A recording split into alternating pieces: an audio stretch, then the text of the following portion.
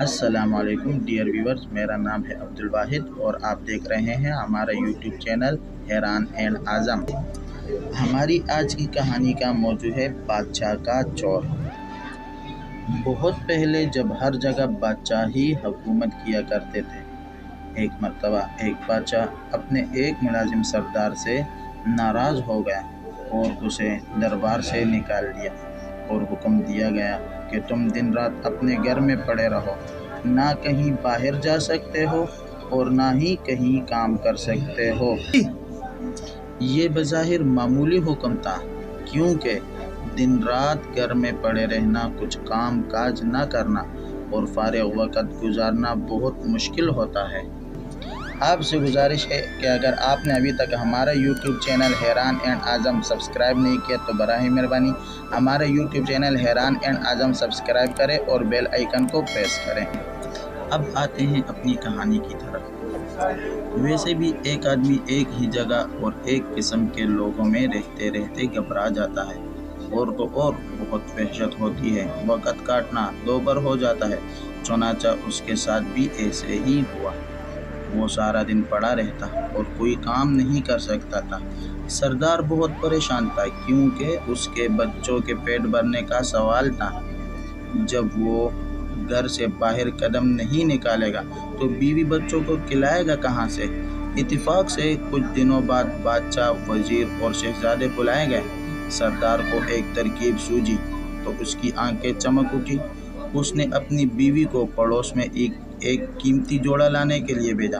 وہ پڑوس سے قیمتی جوڑا لے آئی۔ سردار نے مانگے کا قیمت جوڑا جلدی سے زیب تن کیا اور گھر سے نکل پڑا۔ شان سے چلتا ہوا شاہی دربار میں جا پہنچا۔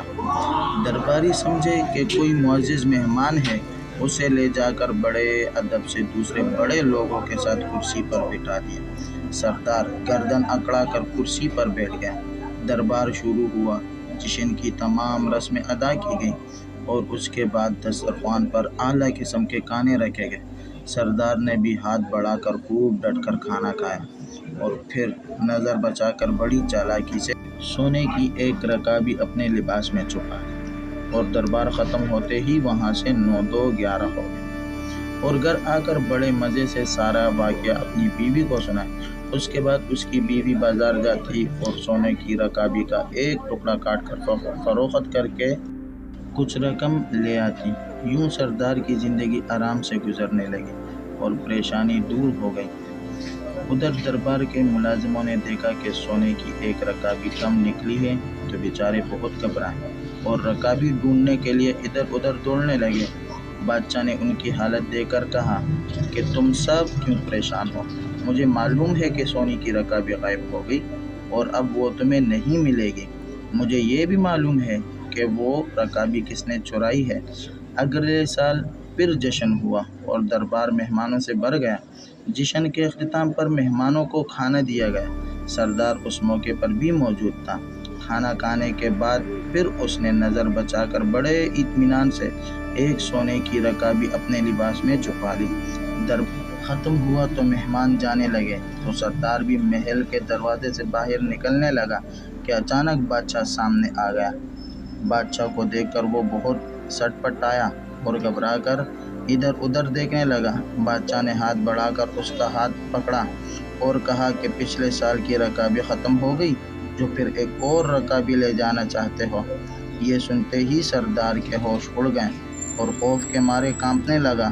آخر کار بادشاہ کے قدموں میں گر پڑا اور کہنے لگا، حضور کے حکم کی تعمیل میں مجھے میرے گھر میں بند کر دیا گیا تھا۔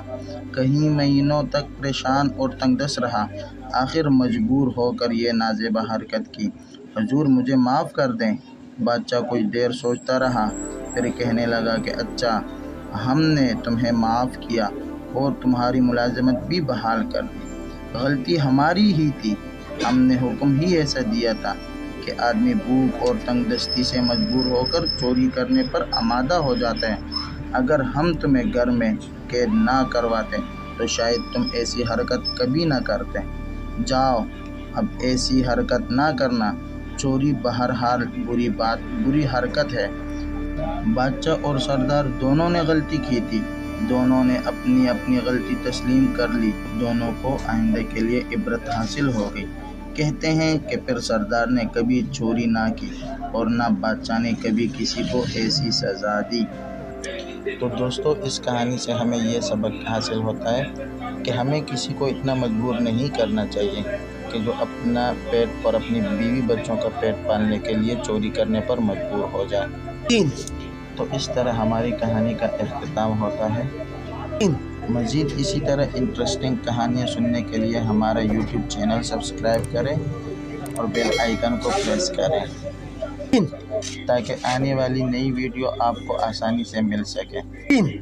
ملتے ہیں انشاءاللہ اگلی کہانی میں۔ اس وقت کے لیے اللہ حافظ۔